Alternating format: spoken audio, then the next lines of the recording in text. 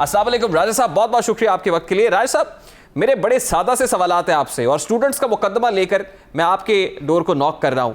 मुझे बताइएगा कि आपको अंदाजा नहीं है कि कितनी बड़ी तादाद के अंदर स्टूडेंट्स इस वक्त सड़कों पर हैं? इन स्टूडेंट्स की क्यों नहीं सुनी जा रही? ये एग्जाम्स को पोस्टपोन करना इतना मुश्किल क्यों है सर? देखिए पहली चीज तो आपने ये देखनी है कि क्या सिर्फ वही स्टूडेंट्स हैं जो प्रोटेस्ट कर रहे हैं, या बहुत सारे ऐसे स्टूडेंट्स हैं जिन्होंने तैयारी की हुई है और वो इम्तिहान देना भी चाहते हैं और शायद वो मोर एलिजिबल कैंडिडेट्स होंगे मेडिकल स्कूल में या इंजीनियरिंग में जाने के लिए, और क्या ये प्रोटेस्ट करके उनका नुकसान तो नहीं किया जा रहा? तो ये बड़ा जरूरी होता है। जब क्लास में भी टीचर होते हैं और 40 बच्चे होते हैं तो आमतौर पे 2 4 5 बच्चे जिन्होंने तैयारी नहीं की होती इम्तिहानात की, अगर वो पोस्टपोन कराने की कोशिश कर रहे हो तो जो बच्चे तैयारी करके आए होते हैं आपने उनके भी इंटरेस्ट का ख्याल रखना राजा साहब, अगर ये 2 4 5 स्टूडेंट्स होते तो शायद मैं आपके इस आर्गुमेंट को एक्सेप्ट कर लेता, लेकिन वॉल्यूम ऑफ द स्टूडेंट्स की अगर बात की जाए तो मेरा ख्याल है कि सैकड़ों की तादाद में ऐसे स्टूडेंट्स हैं जो सड़कों के ऊपर प्रोटेस्ट करते रहे। वो हायर एजुकेशन कमीशन के दफ्तर के बाहर भी गए, वो पार्लियामान के बाहर भी गए, प्रेस क्लब्स के बाहर भी एहतजाज करते रहे। तो ये स्टूडेंट्स कम तो नहीं है, ये स्टूडेंट्स की तादाद बहुत ज्यादा है।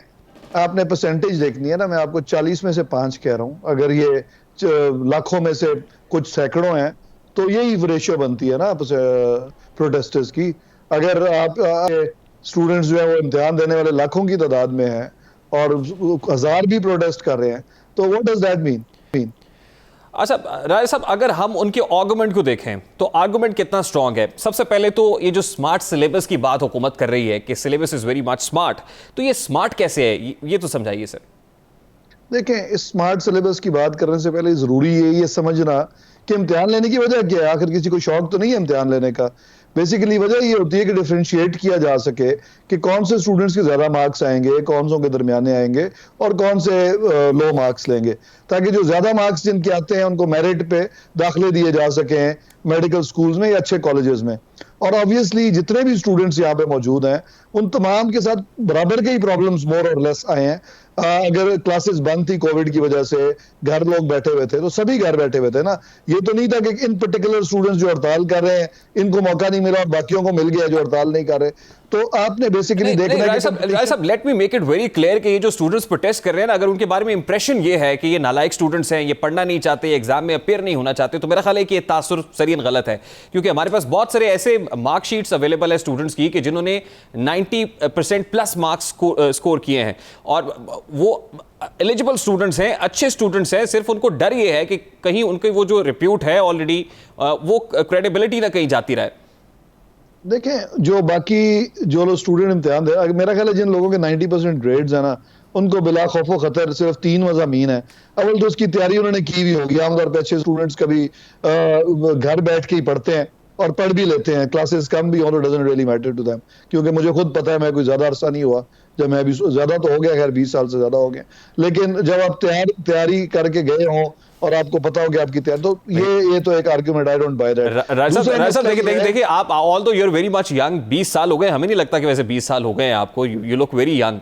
लेकिन आपको पता है कि 20 साल पहले सूरत हाल क्या थी और 20 साल के बाद आज तो 0.001% के ऊपर भी झगड़े हो रहे होते हैं कि भाई ये परसेंटेज बहुत मैटर करती है आगे यूनिवर्सिटीज के अंदर एडमिशंस के लिए। तो अभी तो कंपटीशन बहुत बढ़ गया है ना। आपका किसी का भी कोई इंडिविजुअल प्रॉब्लम हो ना, मैं अपने बेटे की बात करता हूँ, वो बहुत अपसेट था जब उसके ओ लेवल के पेपर कैंसिल हुए, तो मैंने कहा this is not end of life, आप अपसेट होने की जरूरत नहीं है, 1 साल के बाद दे देना इम्तिहान अगर बहुत ही ज्यादा मसला हो गया तो आपने माँ बाप ने भी बच्चों को समझाना होता है।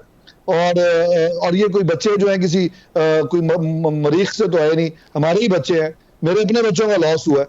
और लेकिन जब हालात मुल्क कैसे हों तो आपको देखना पड़ता है कि उस सिचुएशन के मुताबिक अपने आप को। ये बहुत आपने खूबसूरत बात की है कि ये हमारे अपने बच्चे को मरीख से नहीं आए हुए, ये किसी और आइलैंड से नहीं है।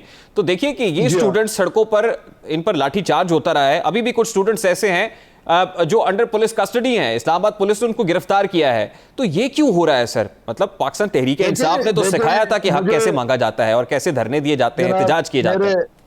मेरे बच्चों को भी कुछ लोगों ने फोन किया, मेरे भतीजों को, कि आप भी एहतजाज में शामिल हो, तो मैंने सख्ती से मना किया, खबरदार कोई नहीं जाएगा किसी एहतजाज में। और ये उस वक्त की बात है जब ये ओ लेवल के बच्चे कर रहे थे। तो बात यह है कि आपने, माँ बाप का काम है बच्चों को समझाना कि गलत मुतालबे नहीं करते होते। सबको पता है कि सिचुएशन क्या है और इस वक्त जो है ये कॉमन मसला है, पूरी कौम उसको उसको फेस कर रही है। और अगर किसी को वाकई प्रॉब्लम है तो आपके इंडिविजुअल सर्कमस्टेंसेस में you can always take the next supply दे दें, जो कमिंग एग्जाम्स आ रहे हैं 1 साल बाद दे दें। नहीं राजा साहब, ये बड़ी अजीब सी तौजीह है। देखिए, गुज़श्ता रोज पार्लियामेंट के अंदर जो पार्लियामानी सेक्रेटरी बराए तालीम है वजीहा कमर साहिबा, उन्होंने ये आर्गूमेंट दिया, उन्होंने कहा कि आप सप्लीमेंट्री एग्जाम्स में अपेयर हो जाएं। सर, आज ऑपोजिशन भी इस पे एतराज कर रही है कि पहले तो आप सालाना इम्तहानात लेने के लिए अपना बजट सर्व करेंगे, उसके बाद आप उन्हीं स्टूडेंट्स को कह रहे हैं कि अब आप सप्लीमेंट्री में आ जाएं, तो क्यों ना इनको पोस्टपोन कर दिया जाए? डिले करने में क्या कोई अना का मसला है हुकूमत का? नहीं, कोई अना का मसला नहीं है जी। प्रॉब्लम यह है कि आपके जो आपने जब आप पब्लिक पॉलिसी बना रहे होते हैं तो आपने उसके तमाम एंगल्स देखने होते हैं।